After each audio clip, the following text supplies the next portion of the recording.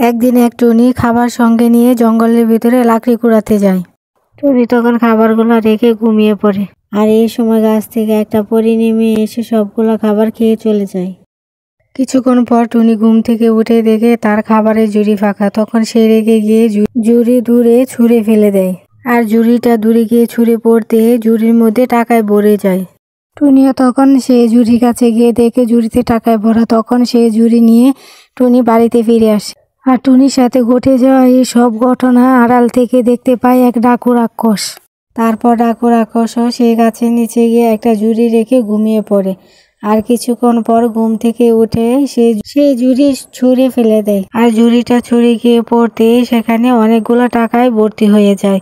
আর ডাকু রাক্ষস সেটা দেখে সেই টাকার ঝুড়ি নিয়ে বাড়ি চলে যাচ্ছিল। আর কিছু দূর যাওয়ার পরে টাকার ঝুড়ি বোমায় ভর্তি হয়ে যায়। আর হঠাৎ করে বোমায় ভর্তি হওয়া ঝুড়ি ব্লাস্ট হয়ে ডাকু রাক্ষস মারা যায়।